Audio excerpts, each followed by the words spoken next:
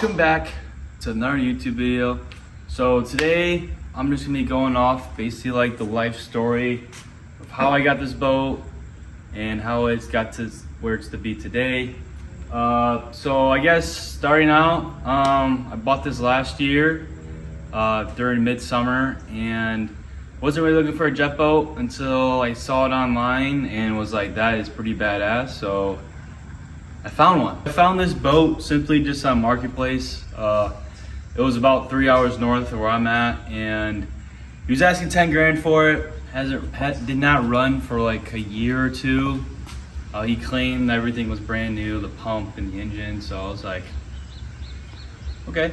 Offer him, I think he dropped it down to 6, and then I offered him 4. He came back at 45. So drove up there, looked at it. Didn't even start.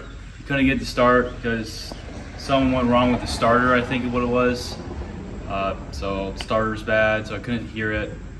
But he claimed everything was brand new, so I kind of just trusted him.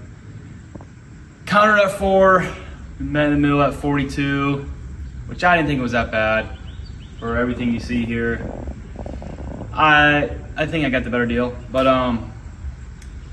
not knowing that I didn't run, I didn't get the good deal. After 3 hours of driving, we had got it back home and we were trying to figure out why it wasn't starting. So it actually wasn't the starter, it was the solenoid. I think it was just getting stuck, it was just going bad. So replaced the solenoid, which is right here. So all we had to do is take that out, replace that, and fire right up. So that was kind of a relief, actually hearing it start. It started, sounded good. And we just had it on the hose in the driveway, so everything was going good.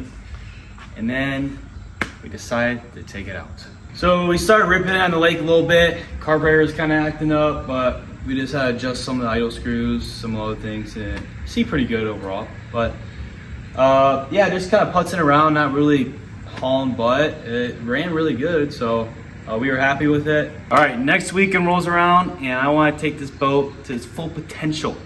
So call my dad up because he likes to floor everything he gets in.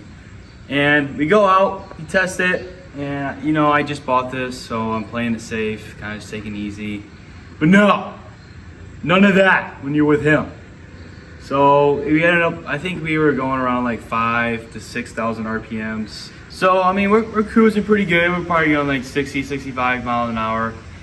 All of a sudden I see some oil or some smoke coming out of the oil catch can. I'm like, does that look right? And my dad knows more than me, so he's like, yeah, keep going. All right, we keep on going, and all of a sudden I hear, like, it sounds like a tractor motor, just loud as balls behind me. I'm like, get to the lines! Unfortunately, we did not make it to the dock. So I had to jump into freezing water and basically pulled a boat on the beach. So yeah, motor was gone. I guess it was kind of expected since we got a pretty cheap price, but I didn't really want to go out like that, but it is what it is. Now, engine has been all redone. So we got back to our place, stripped everything down. We took it to engine builder. We wanted to do it ourselves, but we also wanted it back in time to enjoy summer, so we kind of just had him do it because he got it done pretty quick. So the things that we had done: crankshaft, pistons, rings, rods, bearings, and all the gaskets, basically everything inside the engine. So, and then it's been bored out. It's basically a 515 now. I did have to find out that these are Cobra heads, so that was kind of a plus. But on the dyno at 5,500 RPMs, this pushed 611 horsepower.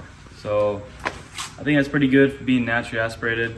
At 4,400 RPMs, it was 636 torque. So I ain't complaining. We just had a little surprise show up. The new carburetor. All right, this is the first time opening our package we got from Holly. So we ordered a carburetor and a hood scoop, or basically like a scoop for the air intake. Let's see how it looks. and it's just a hood scoop. Dang it! All right, just had the air intake show up, and I wasn't really expecting it to be this big. It's meant for a single and a dual carburetor. I just got a single, but I think it'll still look nice. They basically gave us a really good discount, so I was like, why not? We're supposed to have a carburetor shows up. I was hoping it showed up with this, but it didn't. It's just a 950. Right now we have a 1050, so it's a little smaller, which I think is what we need, because the 1050 is pretty big. All right, so kind of what I'm doing now is dressing more of the outside, because engine's all good. I just did new spark plug wires, so these are brand new. I got these little holders for them too. Just finished the gauges. I thought they looked a lot better than the other ones. The other ones were all different color and all black, so they didn't even work anyway, so they look nice. Gauge is good, wires. Now we're doing carburetor and intake. That's probably next to do is the paints. Also gotta get some new tires. These tires are cracking pretty bad, but paint is probably next. Maybe end of the season, and then this winter I'll probably end up doing the interior. Not sure what I want to do yet, so I kind of just left it. If I want to do the same kind of setup or put a bench in the back or a different color or something, I'll have to look at some examples. But I also want to get some things done to the pump. I know I talked about getting a rooster booster or like a droop snoop, is what it is. But I think you have to get a different type of pump setup for that.